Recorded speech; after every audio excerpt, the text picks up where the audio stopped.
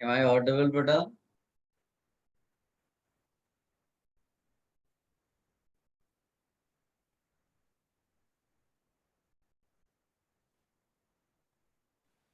Good afternoon, sir.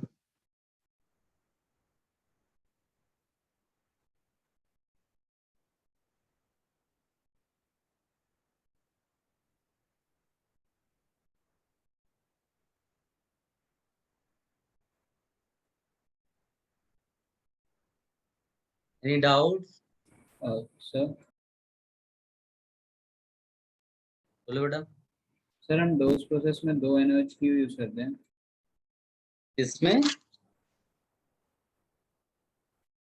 Sir dose process में तो उस प्रोसेस की किसी भी प्रोसेस में जिसमें फिनॉल प्रोडक्ट बन रहा होगा और अगर तुमने बेस यूज किया NaOH तो वो NaOH फिनॉल से रिएक्शन शुरू कर देगा। मान लो एक मॉलिक्यूल तुम्हारा NaOH का फिनॉल जो प्रोडक्ट बना उसके एक मॉलिक्यूल से रिएक्शन कर गया, तो जो रिएक्टेंट को एक मॉलिक्यूल जाने वाला था वो नहीं जा पाया, यानी एक मॉलिक्यूल रिएक्टेंट का अनरिएक्टेड रह जाएगा। ये समझ में आया बेटा?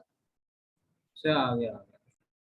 इसी तरह से सोचो एक एक मॉलिक्यूल करके कि तुम्हारी परसेंटेज यील्ड प्रोडक्ट की कम हो जाएगी। Yes sir. सर ये जो डाउस प्रोसेस है इसमें सिर्फ क्या क्लोरोबेंजीन ही यूज होता है कि कोई भी हेलोबेंजीन यूज कर सकते हैं?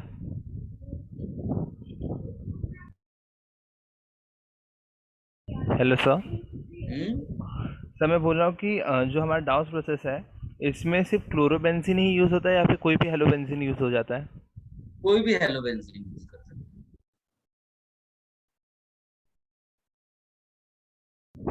और सर हम ये पहचानेंगे कैसे कि कब जो है हमारा मतलब कि माइग्रेटरी एप्टीट्यूड वाला केस आ गया है कि वो सिर्फ जो है मतलब कि हाइड्रोपेरोक्साइड के केस में ही होगा क्या? दोबारा पूछना बेटा, आवाज ब्रेक हुई मेरे पास।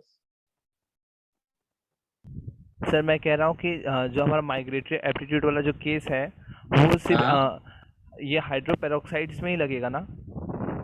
माइग्रेटरी एप्टीट्यूड जहां जहां भी पढ़ा है बेटा इन सब जगह लगेगा। Okay sir. तो एक एग्जाम्पल इस तरह पहले भी किए होंगे, पिनाकॉल रीअरेंजमेंट किया होगा एक बार, तो उन हाँ सबको सर। आप एनालाइज करो। Okay sir. और बोलो बेटा, और किसी का कोई कंफ्यूजन? आपका टेस्ट एग्जाम भी है और आप इस वीक में रिलैक्स्ड वे में आप उन पुरानी चीजों को भी पूछ सकते हो बेटा। हाँ, बिकॉज हम दोनों का ही ऑब्जेक्टिव है कि मार्क्स आना चाहिए। तो केवल पढ़ाई करते हैं इससे काम नहीं है। मार्क्स अगर नहीं रिफ्लेक्ट होगा तो आपके पेरेंट्स भी परेशान होंगे, आप भी परेशान होंगे, और हमारा जो हार्ड वर्क है वो भी खराब हो जाएगा। तो अगर कोई भी पुरानी चीज, क्योंकि इसी वीक में है सब कुछ, कुछ भी आपको पूछना है देन यू कैन आस्क, और अगर किसी को कुछ नहीं चाहिए देन विल कंटिन्यू। सर आप एक बार अल्किली का वो जो फ्यूजन ऑफ सल्फर था वो बता दीजिए ना। एल्कली का? हाँ सर। उसमें तो केवल, हाँ वो तो लास्ट रिएक्शन है, वो का याद रखना, कोई टेंशन नहीं होता है। ये रहता है केवल इसको हटा देना है और यहाँ पर OH लगा देना है बस। यस इसमें सर। कुछ और सोचना ही नहीं है, इसके अलावा कुछ पूछता ही नहीं है इसमें बता। Okay sir.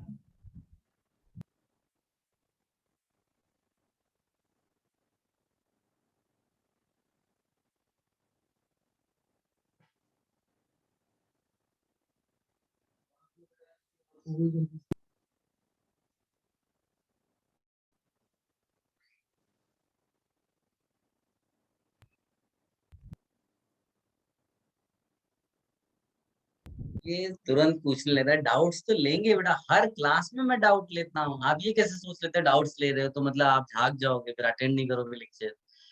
ऐसी माइंडसेट नहीं रखना है बेटा। मेरा काम है मैं हर लेक्चर में पूछता हूँ किसी को कोई डाउट है क्या, जो डाउट्स पूछता है उसको बताता हूँ। Yes sir. और अगर आप डाउट्स वाले टाइम में नहीं रहना चाहते हो, जो चीज सबसे इम्पोर्टेंट है, तो केवल नोट्स लेके क्या करोगे?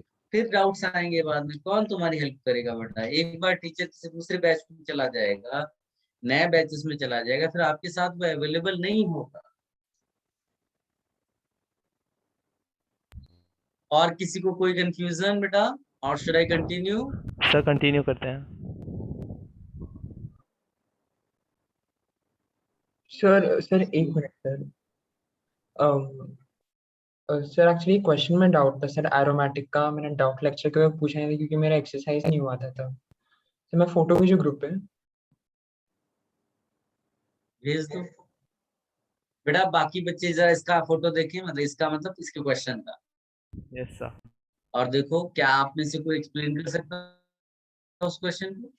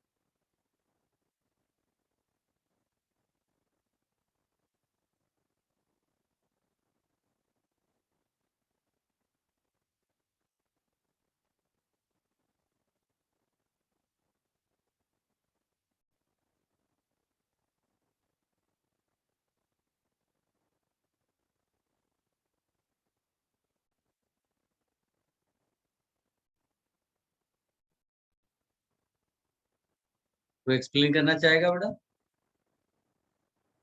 सर एक मिनट दीजिए ना। बाकी लोग भी देख लो बेटा। बहुत आसान क्वेश्चन है बेटा, फटाफट देखो। इससे आसान क्या होगा, मेरे ख्याल से सब बच्चे बता सकते हैं इसका आंसर।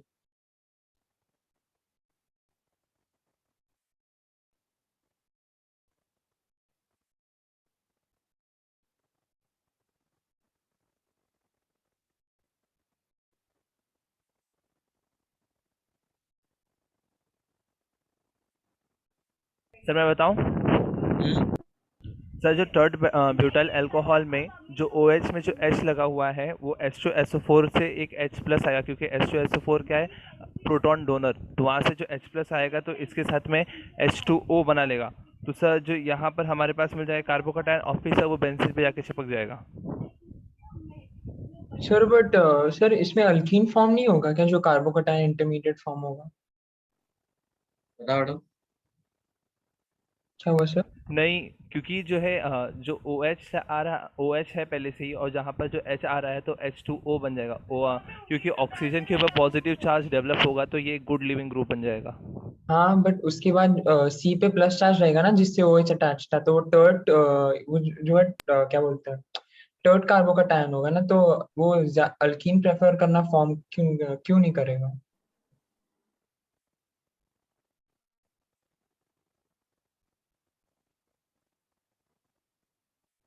वो जब एल्कीन बन जाएगा फिर भी H प्लस प्रेजेंट ही रहेगा ना, तो फिर ऑप्शन बी में जो हो रहा है वो हो जाएगा। ओह ओके, हाँ थैंक यू थैंक यू। समझ में आ गया बेटा?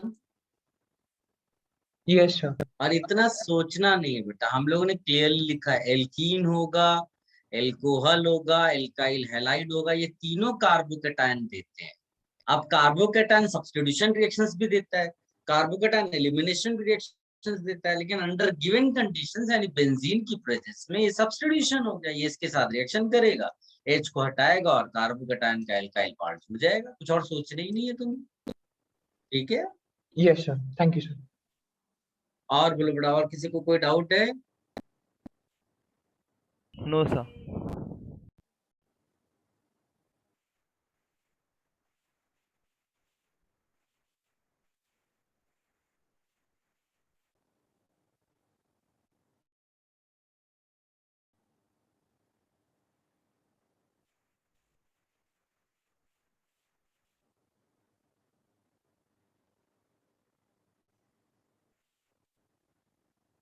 चल, तो हम लोग कंटिन्यू करते हैं बेटा। लास्ट लेक्चर में मैंने आपको प्रिपरेशन वाला पार्ट कराया था कुछ, उसमें मेरे ख्याल से ग्रिग्नार्ड रिएजेंट वाला कर लिया था क्या बेटा?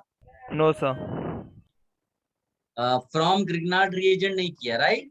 नहीं किया है सर। ओके, ठीक है,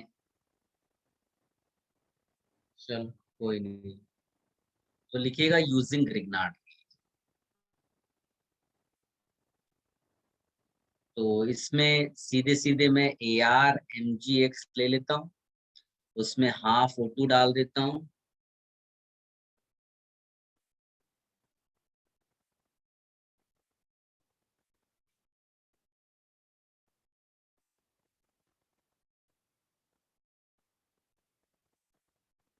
ये हो जाएगा, याद करो ये रिएक्शन हमने पढ़ी हुई है, नॉट अच्छा, O2 की।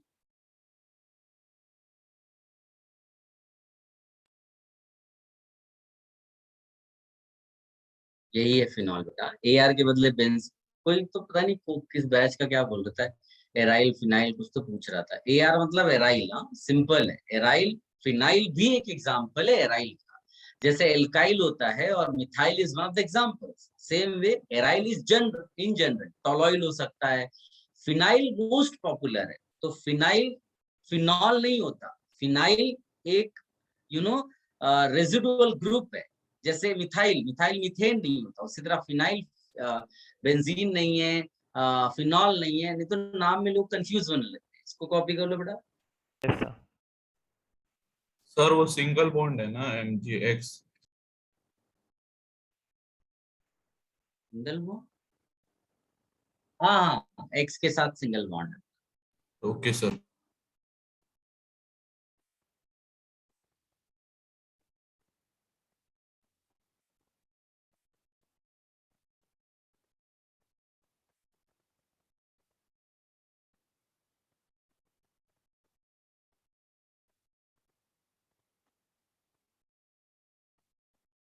Done sir.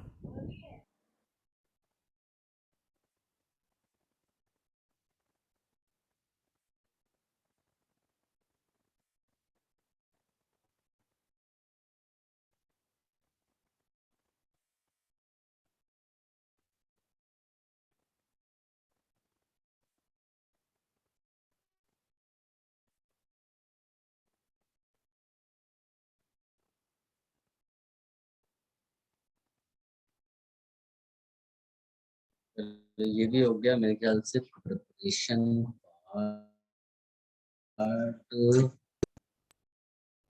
एक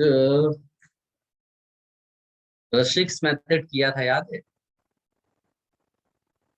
यस सर।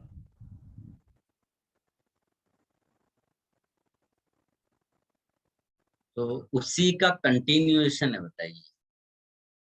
तो यस अगर आप whatever you get, if you add steam,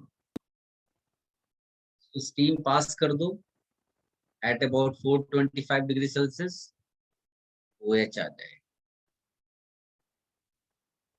ठीक है, ये लिख लो बेटा, अनदर यस मेथड। सर।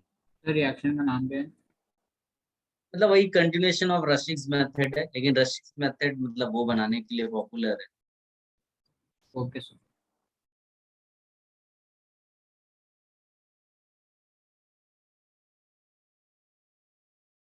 इसके बाद बेटा हमारा कब लेक्चर है सीधे? सर आई गेस फ्राइडे को है क्या? डाउट्स सर, जस्ट एक मिनट चेक करके बताते हैं।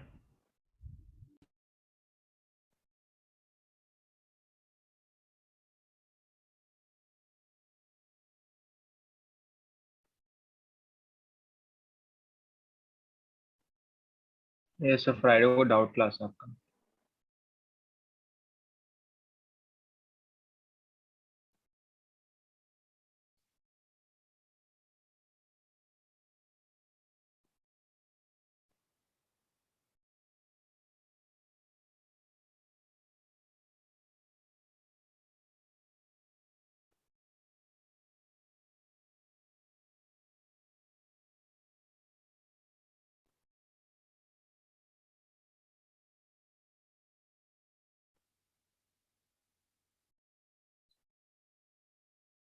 सर H2 के साइड में क्या लिखा है आपने? स्टीम। वो steam.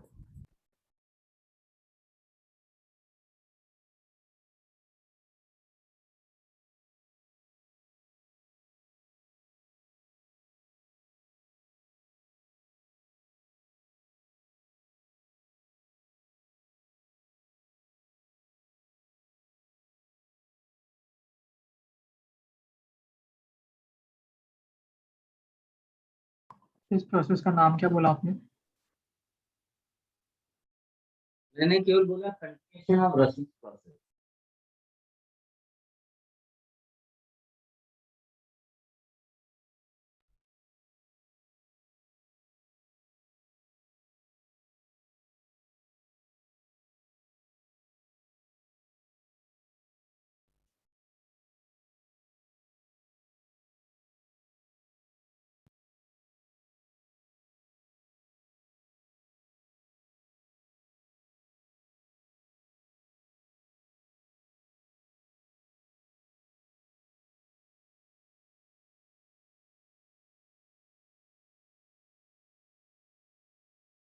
Done sir.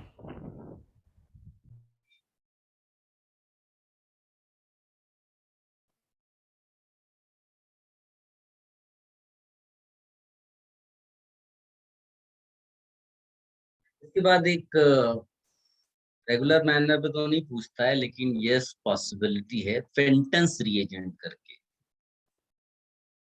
फेंटन्स reagent actually FeSO4 plus H2O, इसके कॉम्बिनेशन को बोलते हैं। ये इनऑर्गेनिक में भी तुम्हें पढ़ाएंगे बेटा, ठीक है। Yes sir. तो इसमें क्या होता है कि ये जो तुम्हारा H2O2 है, ये दो रेडिकल्स पे ब्रेक होके रहता है। दो रेडिकल्स क्या बोलो आप, एक HO रेडिकल और एक HO माइनस के फॉर्म में रहता है। तो अब इसमें ये डिपेंडिंग अपॉन कौन सा हिस्सा पार्ट लेता है प्रोसेस में, उसके हिसाब से प्रोडक्ट बनना शुरू हो जाते हैं, ठीक है। तो इसमें एक्चुअली में केवल तुम्हें याद रखना है, दैट इज मोर इम्पोर्टेंट। और इसके अलावा तो कुछ इसमें ये भी आप सोच सकते हो कि जो Fe2+ है, H2SO4 क्या होता है बेटा, ये ऑक्सीडाइजिंग एजेंट भी होता है एंड रिड्यूसिंग एजेंट। रिडॉक्स हो गया बेटा, रिडॉक्स रिएक्शन चैप्टर तुम्हारे सिलेबस में। Yes sir. तो उसमें तुम्हें ऐसा बताया गया होगा ऑक्सीडाइजिंग एजेंट कौन होता है, रिड्यूसिंग एजेंट कौन होता है, कौन दोनों का काम कर सकता है।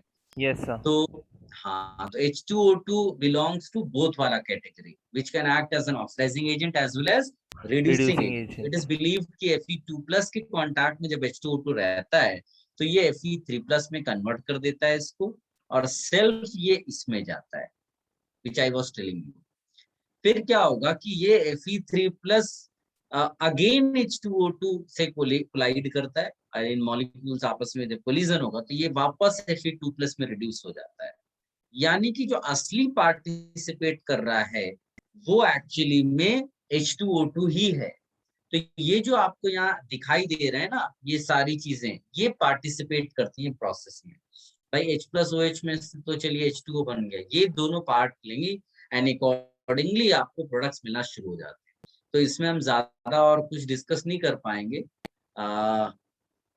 इसमें केवल इतना लिख लेना, हाइड्रोक्सिलेशन, जो सबसे पॉपुलर रिएक्शन है वो हाइड्रोक्सिलेशन ऑफ बेंजीन।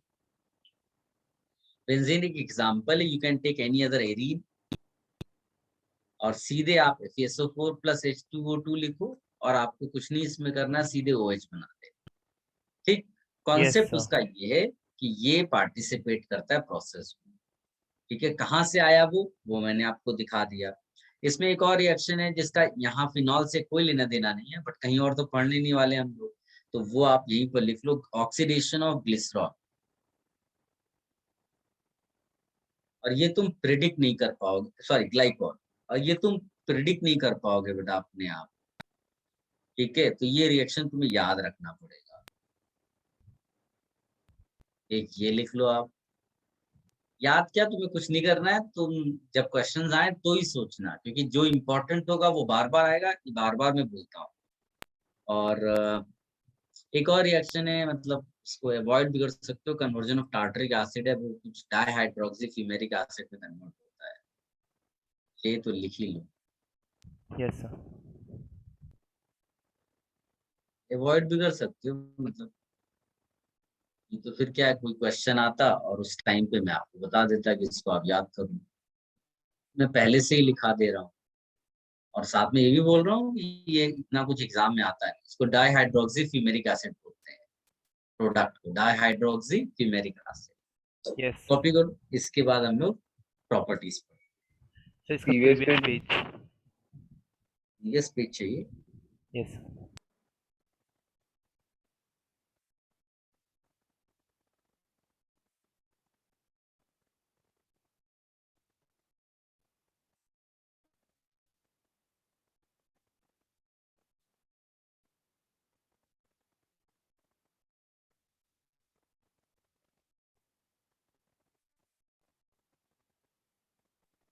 से डन।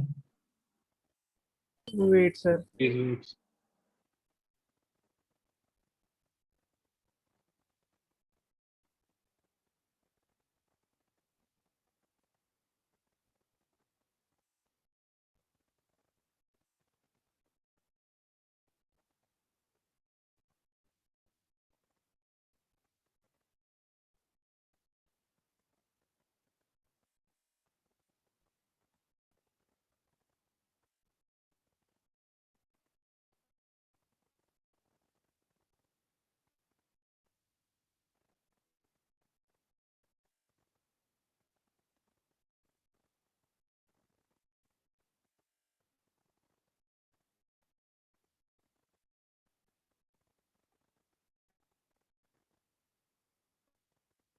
So second reaction क्या लिखा आपने? सेकेंड HOO और रेडिकल है ऊपर, ये H प्लस है। कुछ कंफ्यूजन?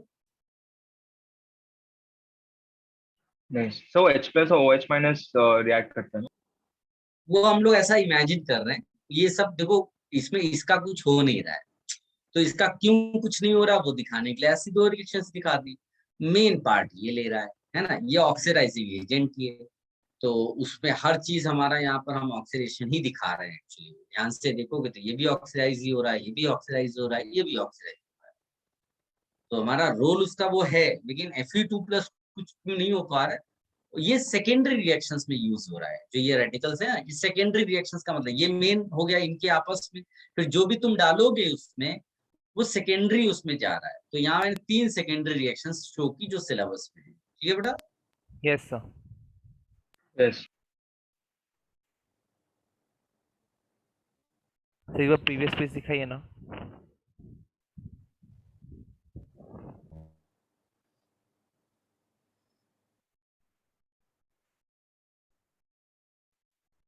Done sir. हटा दे बेटा, सबने कॉपी कर लिया। Yes. Sir. और दूसरा वाला पेज ये तो भी बाकी हटा है। दे। नहीं सर, बाकी है। नहीं सर sir. बाकी है। और So hydroxy के बाद क्या लिखा है sir spelling? Hydroxylation of benzene. Okay.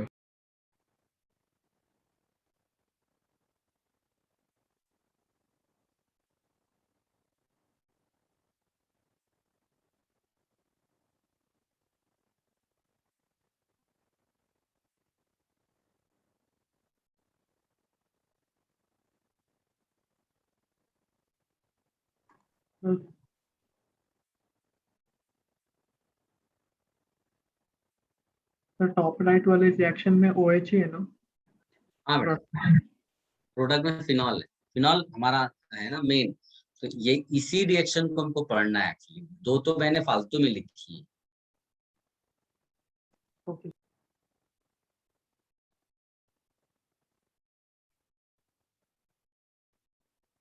Sir वो राइट साइड में जो रिएक्शन है वो टार्टारिक एसिड का कन्वर्शन है। यस बेटा, वो कन्वर्ट हो रहा है, that you can write as conversion of tartaric acid to dihydroxy fumaric acid, you can write in that.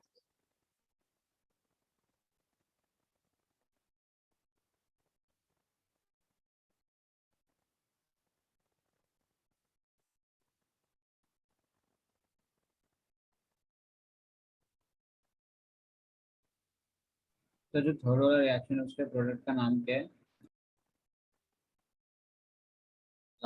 Dihydroxy fumaric acid. Okay sir.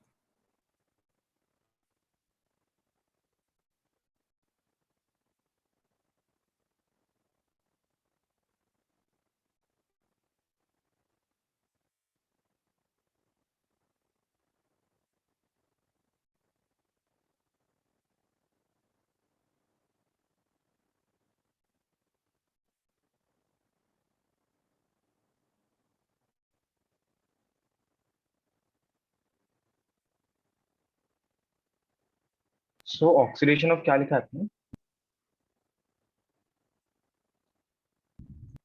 Glycol है। ग्लाइकोल। और वो प्रोडक्ट तुम प्रेडिक्ट नहीं कर पाओगे बेटा, वो याद रखने वाली चीज है।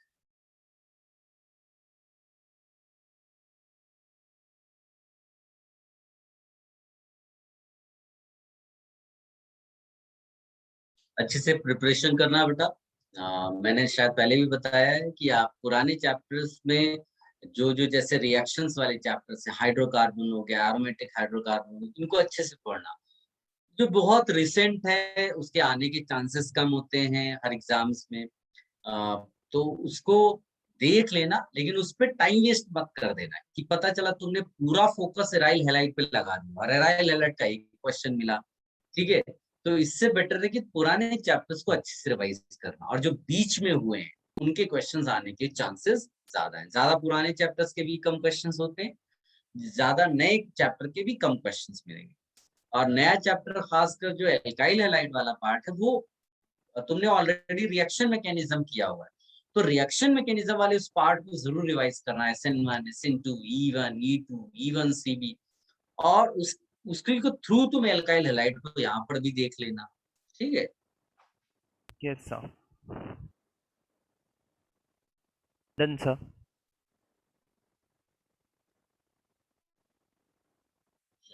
अब आप लिखो प्रॉपर्टी। सर यस बेटा।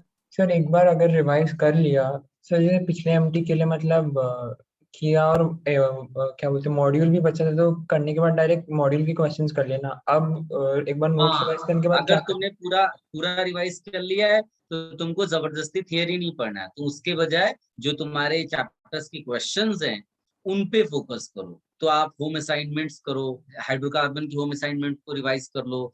ठीक है, या पुराने पेपर्स तुमको मिलते होंगे पनेशिया में, उसको डाउनलोड करो, उसके क्वेश्चन को एनालाइज करो, कहाँ पर क्या करते हैं। तुम्हें आया नहीं आया इससे मतलब नहीं, उसका क्वेश्चन देखा, किया नहीं आया, सोल्यूशन देखा, कैसे वो करते हैं, क्या स्टाइल है उनकी, क्या स्ट्रैटेजी है, इस तरह से करके एनालाइज करो ना। सीखना पड़ेगा, एक्सपीरियंस लेना पड़ता है। ठीक है, तो वो एक्सपीरियंस गेन करना है। अगर तुम्हें आ गया पहले उसमें स्ट्राइक कर गया, बहुत अच्छी बात है, नहीं आया तो भी गिव अप नहीं करना है, एक्सपीरियंस लो। ठीक है, यस यस सर। चलो, और किसी को मैं प्रॉपर्टीज पे जाऊं बेटा? Yes sir. तो लिखो इधर, phenol is a colourless crystalline solid.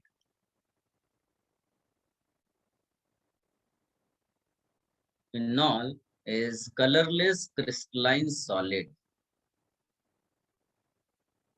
और ये दो डेटा लिख लो उसका, melting point 43 degree Celsius, boiling point 182 degree Celsius.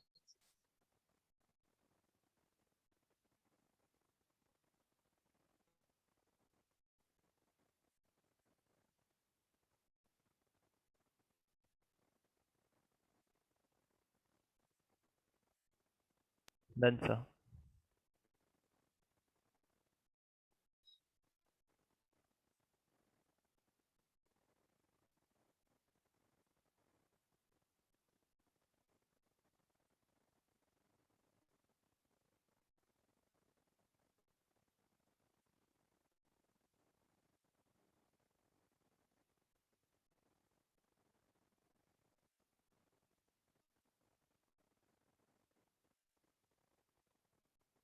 इसमें एक और पॉइंट लिख लो, phenol phenol itself is colorless but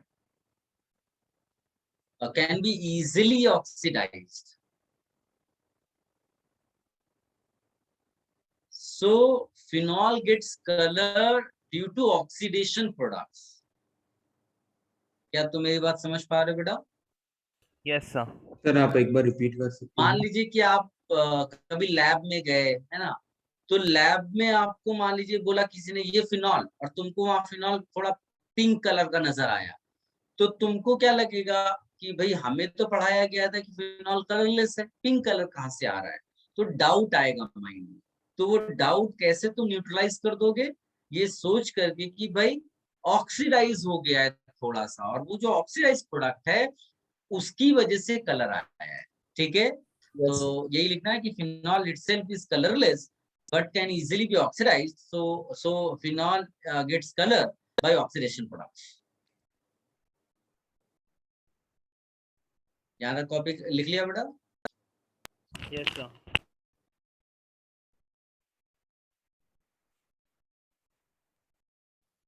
sir एक बार कोई स्टार्टिंग से स्टेटमेंट रिपीट कर सकता है? Phenol itself is a colorless but can be easily oxidized, and hence phenol gets color because of oxidation products. Thank you. Welcome.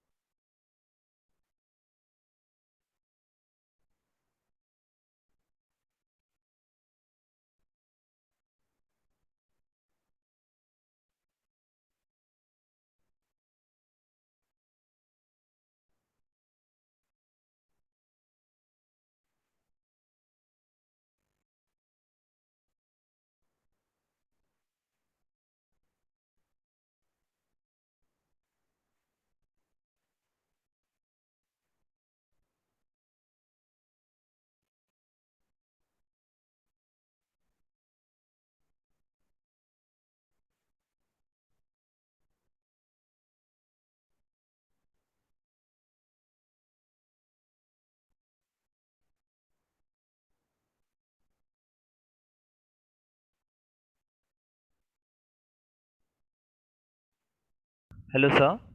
हाँ sir आगे बढ़ते हैं। आई थॉट आपकी आवाज नहीं आ रही है। phenol turns pink on exposure to air. Phenol turns pink on exposure to air and light. It is moderately soluble. Sir exposure to air के बाद क्या होना? It is moderately soluble. It is moderately soluble in cold water. It is moderately soluble in cold water. Full stop. Phenol is used as antiseptic, disinfectant, and in the preparation of dyes, drugs, and bakelite. Antiseptic के बाद क्या बोला?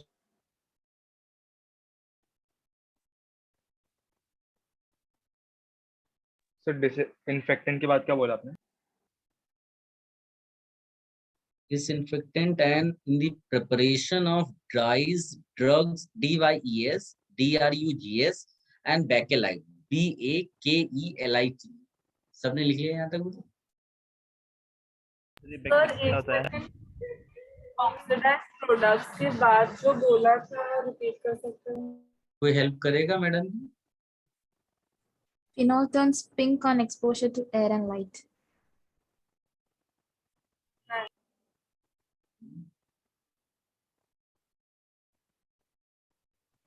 Sir कोई group पे last 2 points का photo भेज सकता है क्या?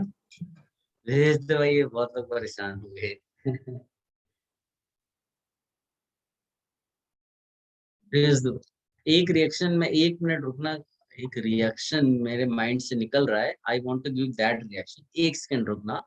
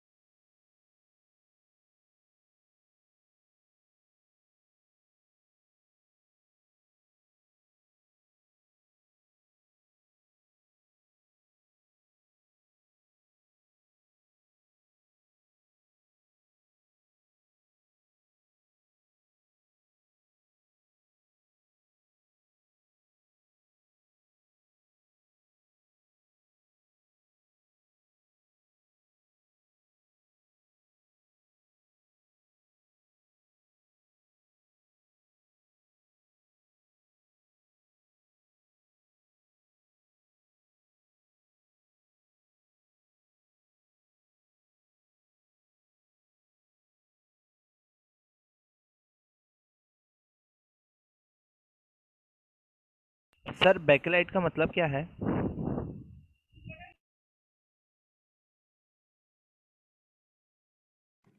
एक polymer.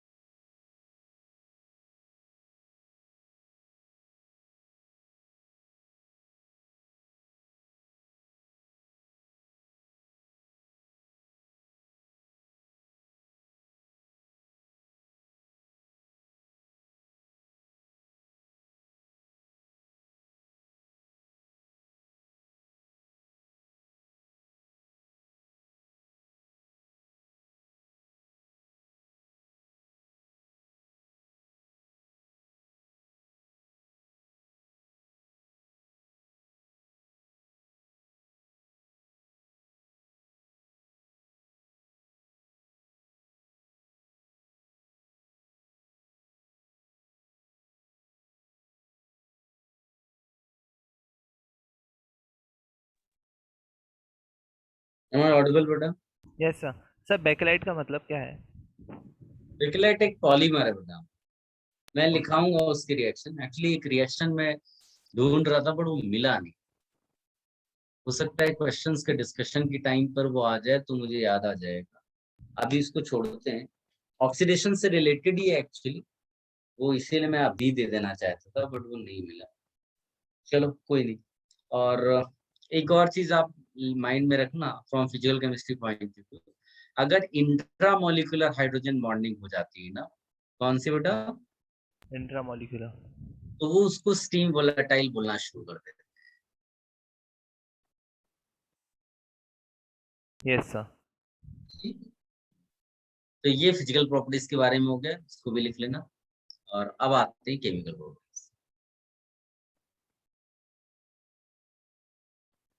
So can you show the previous page?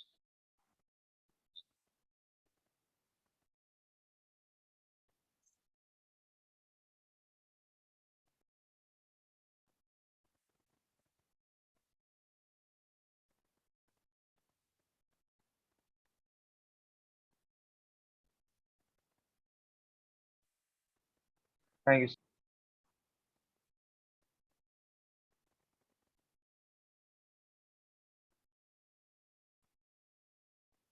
Done, sir.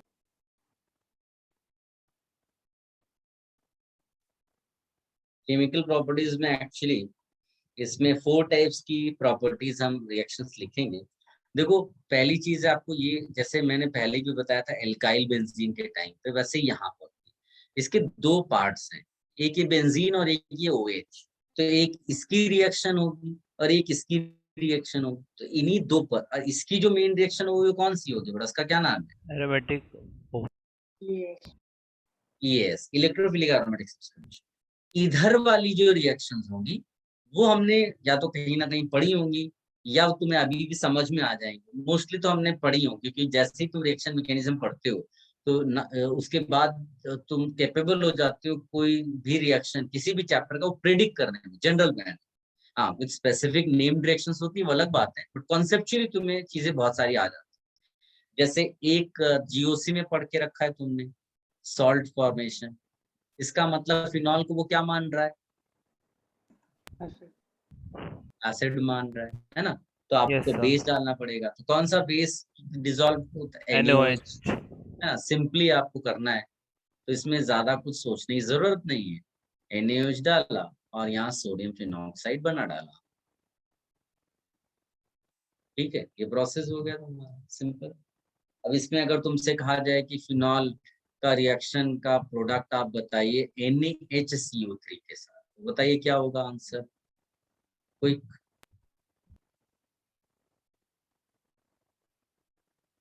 बोलो बेटा, एनीवन? सर फिनॉक्साइड आयन और साथ में H2O+CO2। H2CO3। Very good. तो जिन बच्चों ने आंसर बताया उसको कट करके लिखें भाई ये रिएक्शन नहीं होती है, और यहाँ लिख दो रिफर GOC। Yes sir. इसका मतलब है तुम लोगों को जीओसी रिवाइज करने की बहुत ज्यादा जरूरत है। वहां साफ साफ लिखाया गया है, ये नहीं कि कुछ भी, मतलब तुम्हें पत्थर दे देंगे बोले खा लो तो तुम खा लोगे क्या? नहीं मतलब पहले चेक करना पड़ेगा ना कि प्रोसेस पॉसिबल है कि नहीं पॉसिबल है। ऐसे तो कहीं भी कुछ भी कोई भी एसिड बेस तुम सब रिएक्शन करा डालोगे।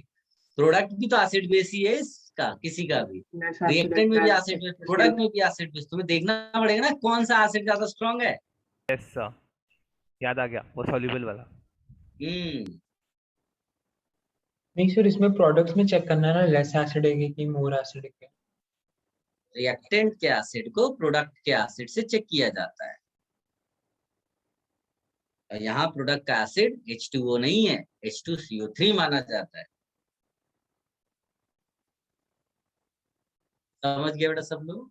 रिवाइज करें, रिफर जीओसी लिखा है, तो यहाँ टाइम वेस्ट करने का कोई फायदा नहीं। Yes sir.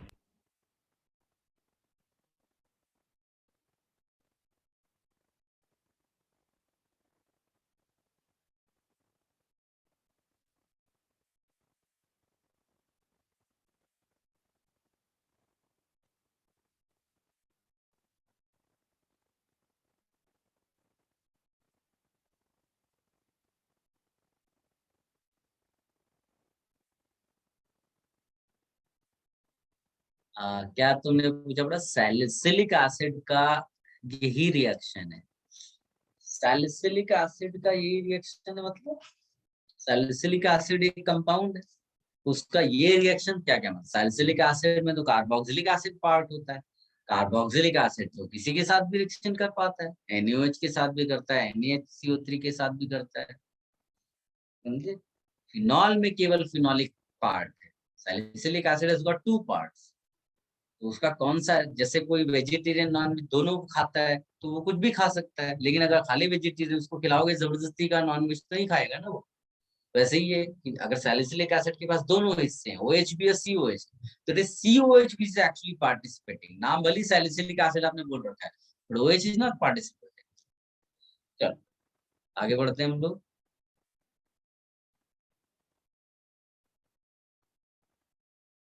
इसमें आप लिखिएगा, एक रिएक्शन लिखिएगा ईथर फॉर्मेशन।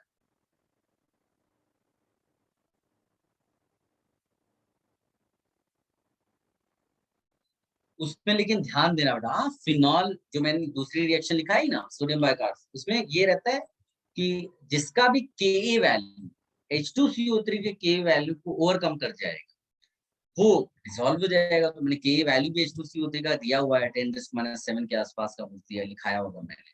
यस तो सर। केवल आपको आप तो जो फिनॉल होता है वो 10⁻10 को बिलोंग करता है, लेकिन 2 NO2 लगा दो तो उसका Ka 10⁻4 हो जाता है, तो वो डिसॉल्व होना शुरू हो जाएगा। 3 NO2 लगा दो फिनॉल में, तब तो बहुत ही ज्यादा पिक्रिक एसिड हो जाता है, तो वो फिर हो जाता है मतलब वो CO2 गैस रिलीज करवा देगा सोडियम बाइकार्बोनेट से। ये सारी चीजें मैंने पढ़ाई हुई है, तो उसको जरूर रिवाइज करना बेटा, है ना, क्योंकि इतना सारा आपके ऊपर वर्क हुआ है तो वेस्ट नहीं जाना चाहिए। अब आते ईथर फॉर्मेशन।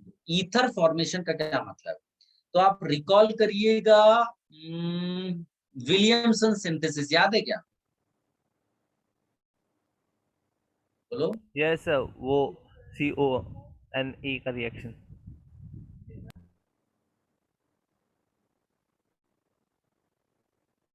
जैसे मान लीजिए ये मैंने बनाया, तो ये अब एक न्यूक्लियोफिलिक साइट हो गया, यस और नो?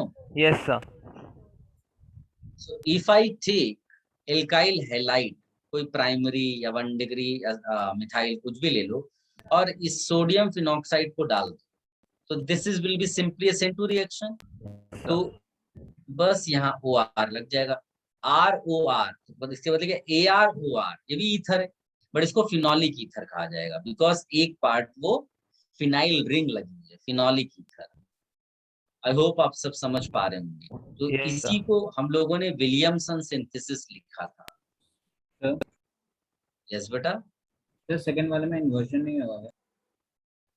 होने दो, इन्वर्जन से हमें क्या लेना देना। आर हमने तो ये शो ही नहीं किया कि आर कायरल है नहीं है, वो सेकेंडरी थिंग हो गया अपने लिए, क्योंकि वो सब आता है अपने। हम नई चीज जो एक्स्ट्रा आ रही है उसको पढ़ रहे हैं, समझ। Okay sir. Yes sir.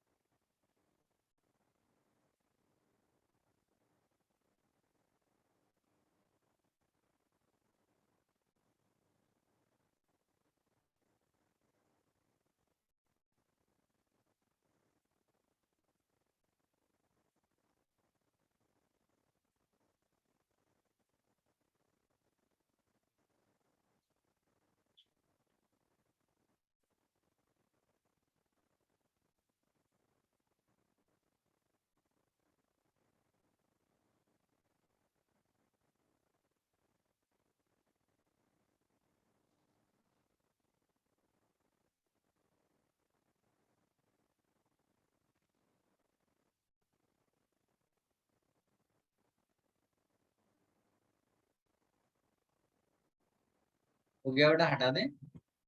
Just 10 seconds. अब एग्जाम में कैसे क्वेश्चन आएगा, वो ऐसा लिख कर देगा फिनॉल, साथ में देगा C2H5I और लिख देगा एक्वस NaOH। ठीक, अब यहाँ पर जैसे कुछ भी नहीं दिया है, अलग बात है, कई बार यहाँ 1 मोल लिख देगा, ज्यादा अच्छा रहता है अगर 1 मोल लिख दिया। नहीं तो क्या होगा, ये भी इसके साथ रिएक्शन कर सकता है, तो उसको अवॉइड करने के लिए 1 मोल डालते हैं। 1 मोल डालने का मतलब है कि ये NaOH न्यूक्लियोफाइल बन के रिएक्शन करेगा, ये NaOH बेस बन के रिएक्शन करेगा। जब बेस बन के रिएक्शन करेगा तो इन दोनों में से किसके साथ करेगा, बताओ? फिनॉल। तब फिनॉल फिनॉल के के साथ साथ। में। फिर ये कंज्यूम हो गया, अब ये बेकार हो गया अपने लिए। अब जो फिनॉक्साइड बना वो न्यूक्लियोफाइल है, वो इस बचे हुए एल्काइल आयोडाइड जिसके साथ कोई रिएक्शन नहीं कर रहा था उसके साथ करेगा, और तुमको ये फिनॉलिक ईथर मिल जाएगा। क्या समझ पाया बेटा? Yes sir.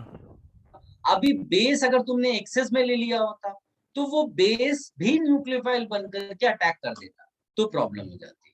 तो उसको अवॉइड करने के लिए normally in the bracket they will write 1 1 मोल। मोल। तो ये जो छोटी छोटी चीजें मैंने आपको समझाई, इसको लिखने की भी ट्राई करो। चलो, yes sir.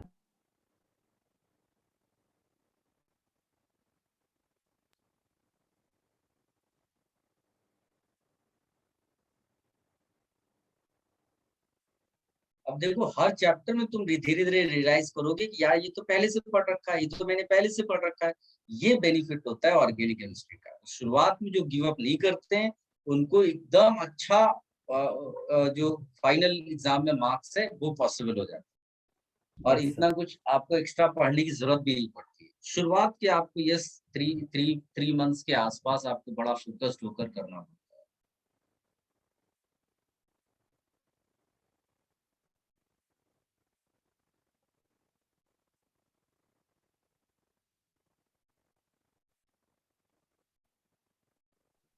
Sir done. Wait sir. आज तो बड़ा जल्दी कर रहा है बेटा, घर पे डाटा गया है तुम्हें? जी सर।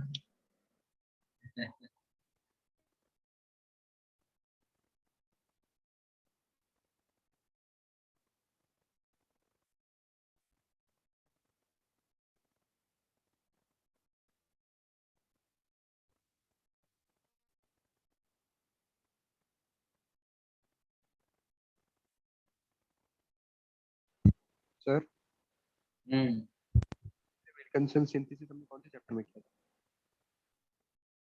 क्या चीज? सर विल्किंसन सिंथेसिस हमने कौन से चैप्टर में किया था?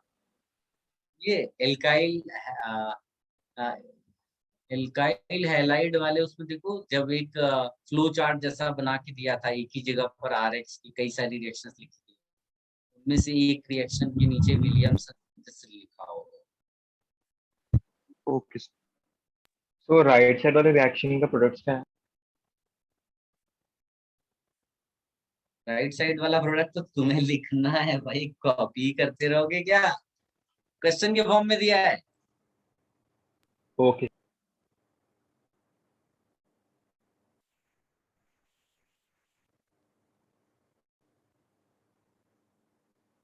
सर वो आपने सिर्फ 1 मोल का रीजन क्या दिया था? 1 मोल का रीजन मैंने ये दिया था बेटा कि NaOH के पास भी तो कैरेक्टर न्यूक्लियोफाइल का है, वो चाहे तो जो C2H5I है उसके साथ भी रिएक्शन कर ले, लेकिन हमने 1 मोल देके ये फिक्स कर दिया कि NaOH ऐसा बेस ही रिएक्शन करेगा, उसका बेस का क्वालिटी और बेस का जो कैरेक्टर डोमिनेटिंग होगा, तो एसिड बेस रिएक्शन थर्मोडायनेमिकली ज्यादा फीसिबल है। तो ये श्योर किया हमने, इंश्योर किया कि NaOH reacts only with phenol, and after that once you get phenoxide that will be acted as nucleophile and will react with C2H5. Yes sir, got it. Those things you have to write, यही सब तो आपको बार बार लिखना है बेटा।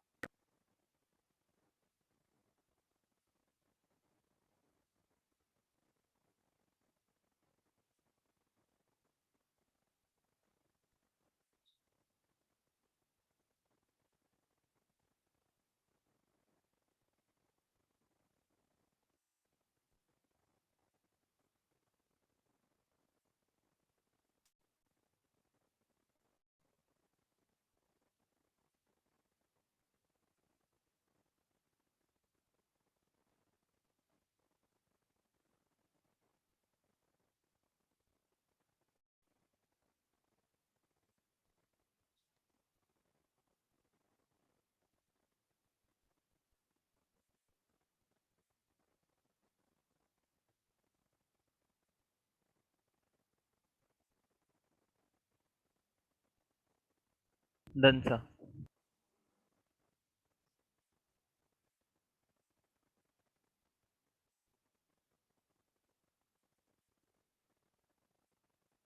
तुमने कर लिया बेटा? Yes sir. Your final answer should be this.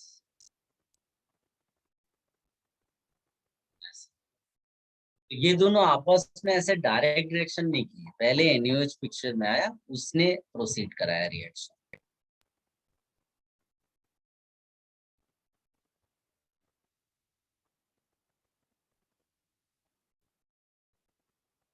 इसको पैराक्रिसॉल बोलते हैं, देखो मैंने स्टार्टिंग में लिखाया।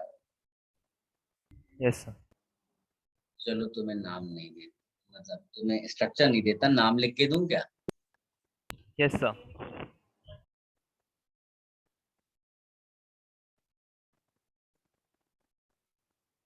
इसका पहले स्ट्रक्चर बनाना और फिर सोचना। देखो मैं 1 मोल लिख रहा हूँ, हो सकता है एग्जाम में ना भी लिखा हो, इट्स ओके करके चला लेना और ऑप्शंस के हिसाब से आंसर को लिख देना। ठीक है बेटा? Yes sir. ज्यादातर क्वेश्चन में 1 मोल बांध के ही चलता है। If nothing is mention you will consider 1।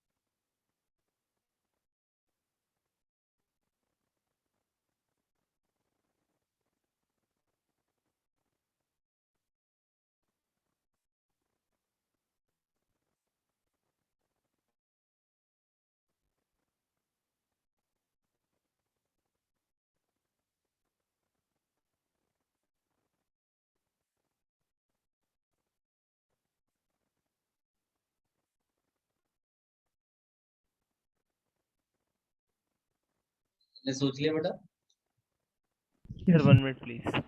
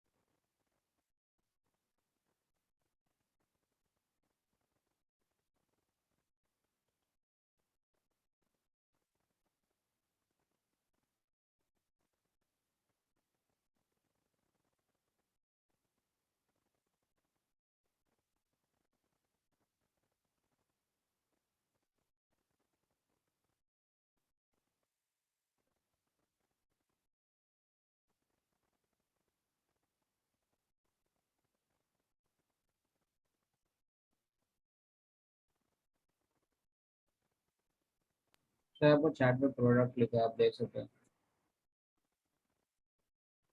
Very good बेटा।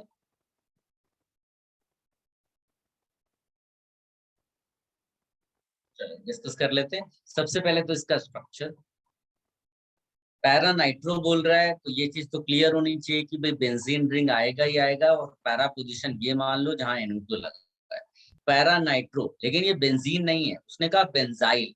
बेंजाइल का मतलब होता है उसमें एक CH2 लगा होना चाहिए, फिर जाकर Br। क्या आप सब ये समझ पाए थे? Yes sir. Very good. अब ये 1 मोल NaOH ये फिनॉल है, तो इसके साथ रिएक्शन करेगा तो आप मानकर चलो कि ये O- बनेगा, इस पे कुछ नहीं होगा, और फिर ये चीज रिप्लेस हो जाएगी। देखो, क्या आप लोगों ने यही सोचा? Yes sir.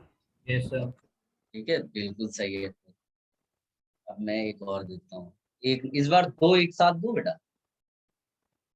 Yes sir. और आप व्हाट्सएप पे शेयर करो ना पिक्चर, आपको लिखने की जरूरत नहीं है बेटा।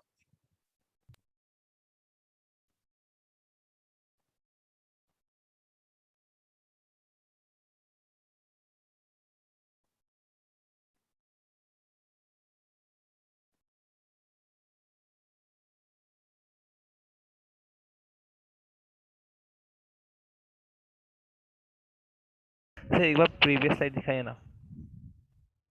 ये slide।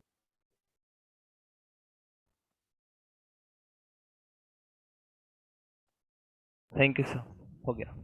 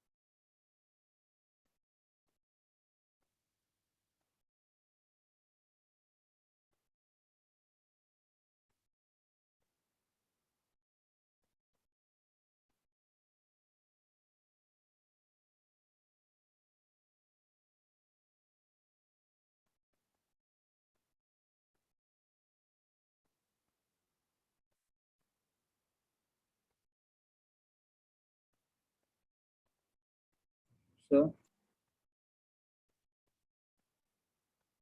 इस बेटा sir OCH3 electron releasing group होता है या फिर विड्रॉइंग ग्रुप? OCH3 इंडक्टिव से विड्रॉइंग होता है और रेजोनेंस के थ्रू रिलीजिंग होता है। Okay sir. देखो, आंसर अगर आप सही चाहते हो तो सवाल आपका सही होना चाहिए। तो always ask right questions.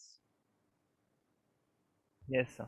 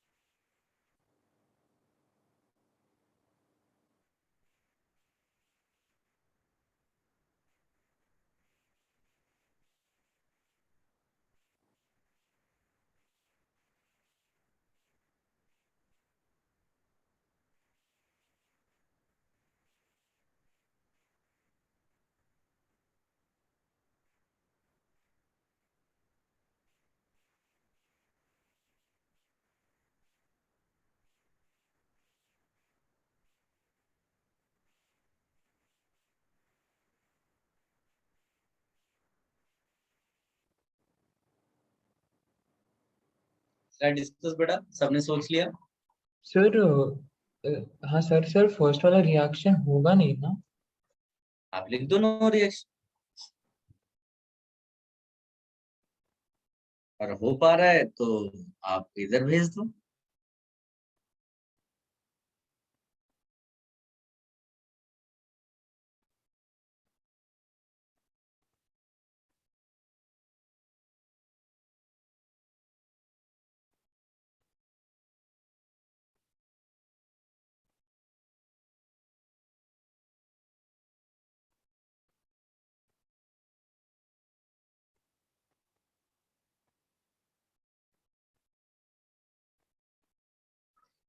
Sir आप आंसर बता सकते हैं?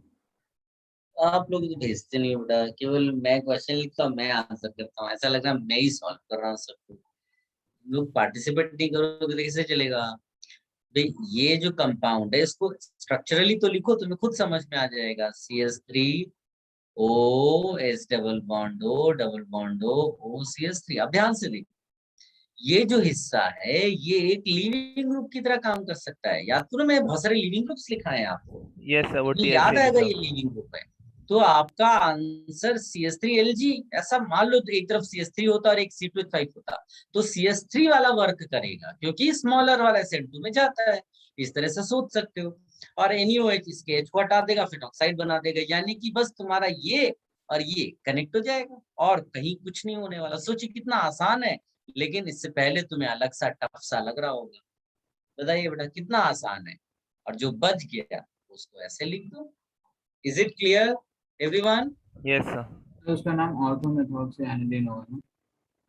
उससे अपने को अभी कोई मतलब, एनिलीन कहाँ से? नाइट्रोबेंजीन है बेटा, NO2 है ना, और ये NO2। वो एक्चुअली नाइट्रोबेंजीन पॉपुलर नहीं है बेटा, एनिसोल पॉपुलर है। तो अगर बोला भी जाएगा तो इसको बोलते हैं 2 nitro anisole. Yes sir.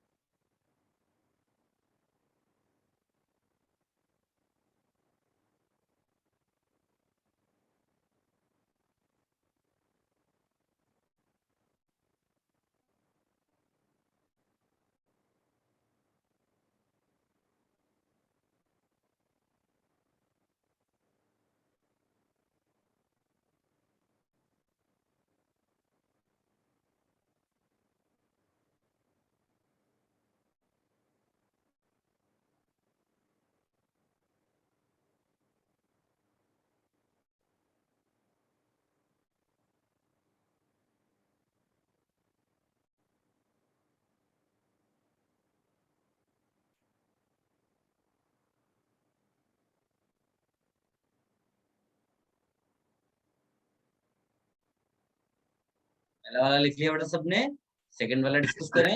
Yes sir. Yes chloro acetic acid, acetic acid सब जानते हैं। क्लोरो के लिए गलती से भी इधर मत Cl लगा देना। एसिटिक एसिड तो है, क्लोरो मतलब यहाँ लगाना, ठीक है। यस इसमें भी वही चीज है बेटा कि जब आप रिएक्शन कराओगे तो ये पार्ट, ये Cl हटा दोगे।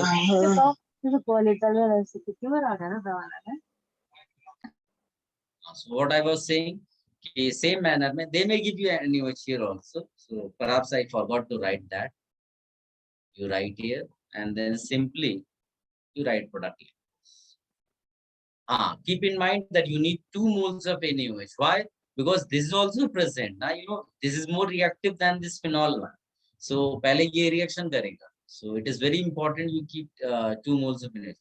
इसके बाद प्रोटोनेशन, ये आंसर हो गया। फिनॉक्सी एसिटिक एसिड इसको बोलते हैं, phenoxy acetic acid. Any confusion doubt? No sir. सब वहाँ पे रेजोनेंस भी होगा ना? कहाँ पर होने दो ना, हमें क्या लेने देना। Okay sir. That resonance is not affecting our reaction.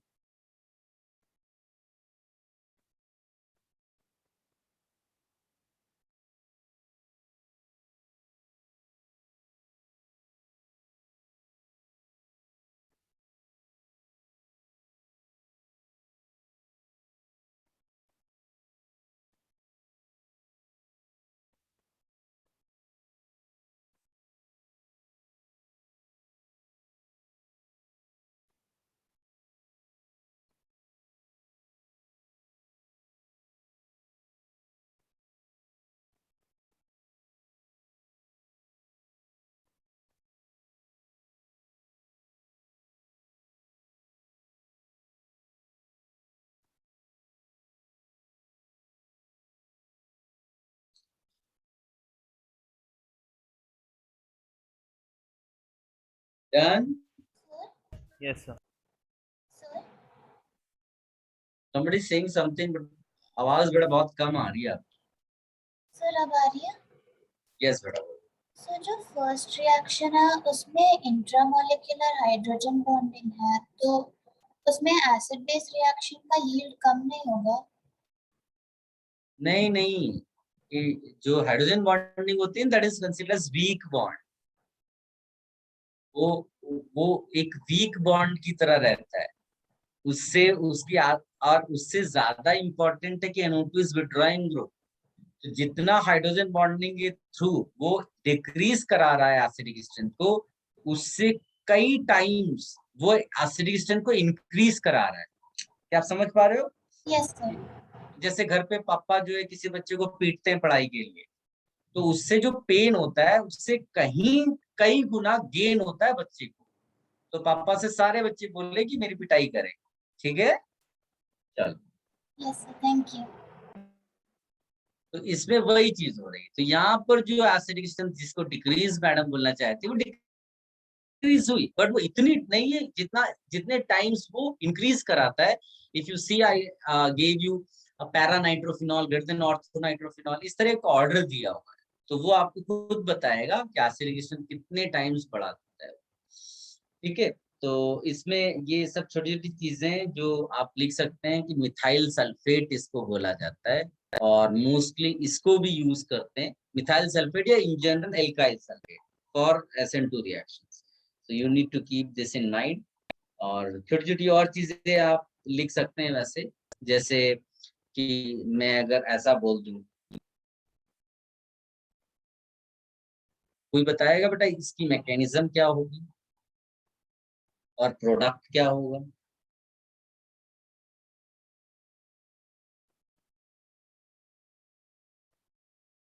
बोलो। सर Na+ वो CH वाले साइड पे आके अटैक करेगा। सर मैकेनिज्म कौन सी होगी? SN1 होगी कि SN2 होगी? Sir SN1। गुड, चलो थप्पड़ मारो अपने आप को।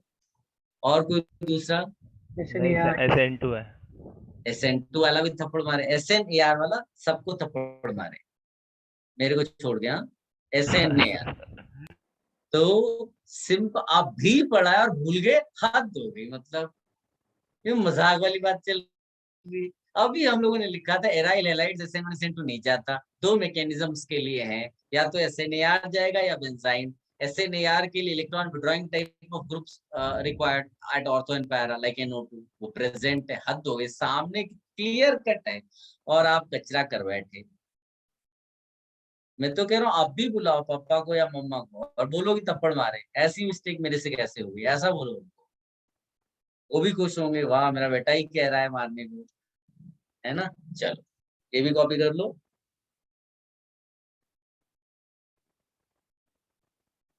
और छोटी छोटी चीजें, जैसे कई बार वो NaOH नहीं देगा तुम बेटा, उसके बदले मतलब तुमको पता भी नहीं चले और उसका काम भी हो जाए, जैसे K2CO3, ये भी बेसिक होता है, राइट?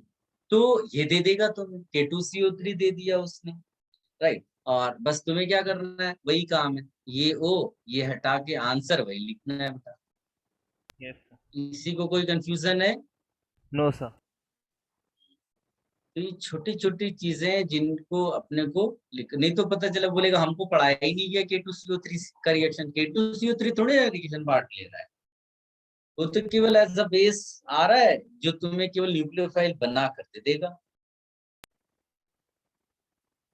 तो इसमें भी वैसे ही लिख दिया, सेम आंसर यहाँ भी लिख दो। Anyone having any confusion? No sir.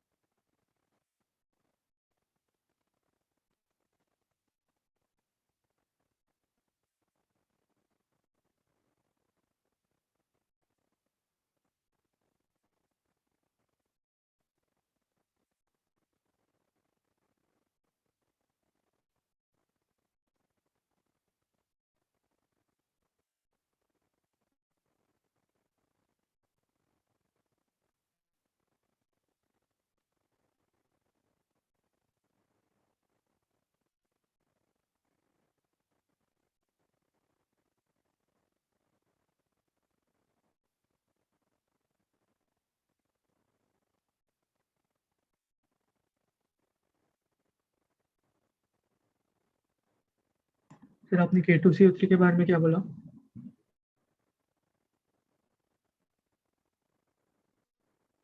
K2CO3 will act as a base here. Okay.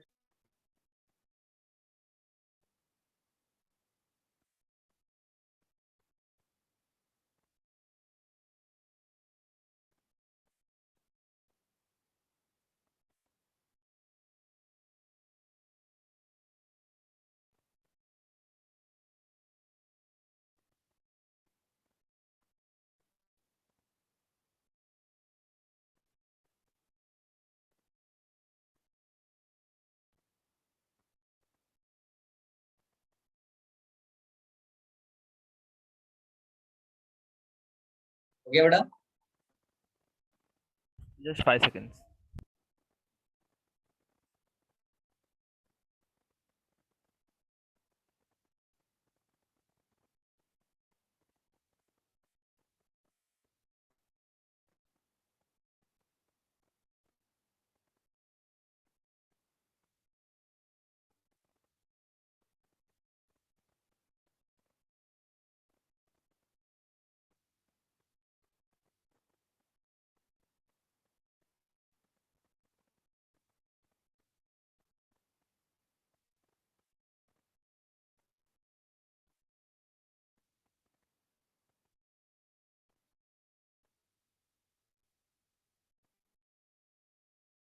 Done, sir.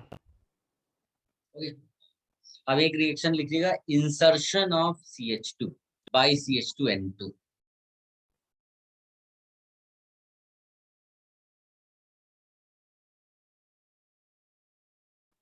याद है इस कंपाउंड को क्या कहते हैं?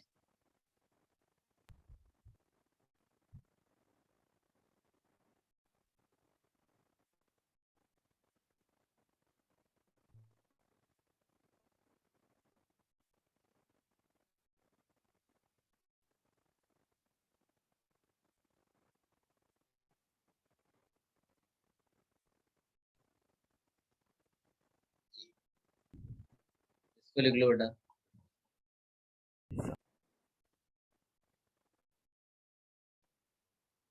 ये भी ईथर प्रिपरेशन, मतलब फिनोलिक ईथर। हाँ, फिनोलिक। Yes, sir.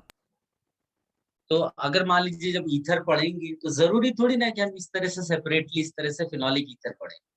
तो वो आप माइंड में रखना, क्योंकि सब इंटरलिंक्ड कॉन्सेप्ट्स हैं। ऐसा हो सकता है कोई चीज हमने फिनॉल में पढ़ ली तो वहां नहीं पढ़ेंगे, वहां पढ़ ली एल्डेट्स कीटोन्स में नहीं पढ़ेंगे। तो ये होने वाला है।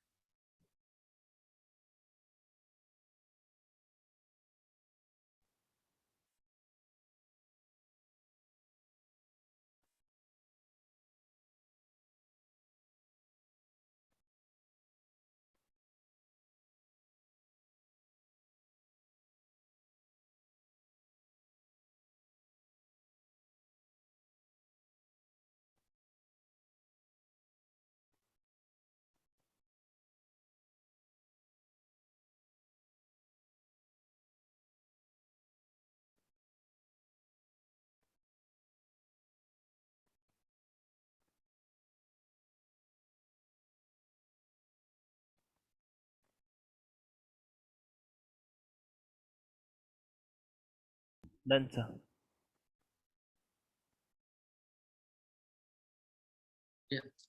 इसमें मैकेनिज्म भी चाहे तो लिख लो आप। मैकेनिज्म इसका कैसे एक्सप्लेन करोगे? ये जो स्ट्रक्चर, इसको अगर आप ट्राई करोगे CH2N2 का, तो N के बीच में तो ट्रिपल बॉन्ड बना सकते हो। इधर प्लस आ जाएगा, इधर माइनस आ जाएगा। इसकी वैलेंसी कम बढ़ रही थी, इसकी बढ़ रही थी। ठीक। सो अब आप इसमें फिनॉल को कंसीडर करो। फिनॉल का क्या रोल होगा यहाँ पर, कैसे रिएक्शन करेगा? तो इसमें ये जो माइनस वाला पार्ट है, ये एक बेस की तरह समझ लो, इसको निकाल के ले जाएगा। क्या बन जाएगा? CH3N2, है ना। अब ये CH3N2 प्लस है एक्चुअली। ये तुम्हारे लिए एक काम हो जाएगा लीविंग ग्रुप का। तो अगर तुम ध्यान से देखोगे तो तुम्हें नहीं लगता है कि ये बड़ी जानी पहचानी रिएक्शन हो गई अब तुम्हारे लिए? Yes, sir. ये हटा देगा, इस पार्ट को ऐसे कर दो। जो लीविंग ग्रुप है वो अब क्या है बेटा? निकलने के बाद क्या लिखोगे उसको? N2। आई होप थोड़ा बहुत आपको समझ में आया मैकेनिज्म। मैंने ट्राई किया एक्सप्लेन कर। Yes sir.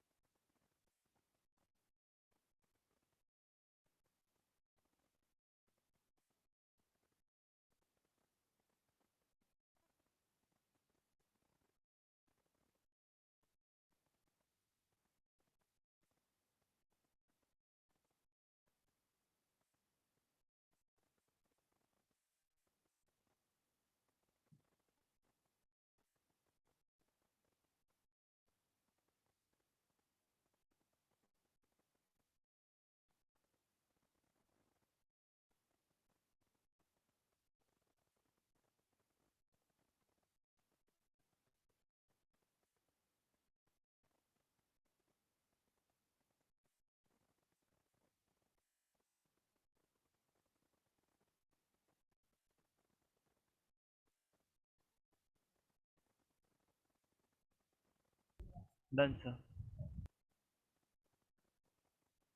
चलिए, तो हम लोग इसको कंटिन्यू करेंगे और perhaps नेक्स्ट लेक्चर में तो डाउट्स होगा, ठीक है? So after your MT, we'll continue the discussion of phenols, ठीक है? Yes sir.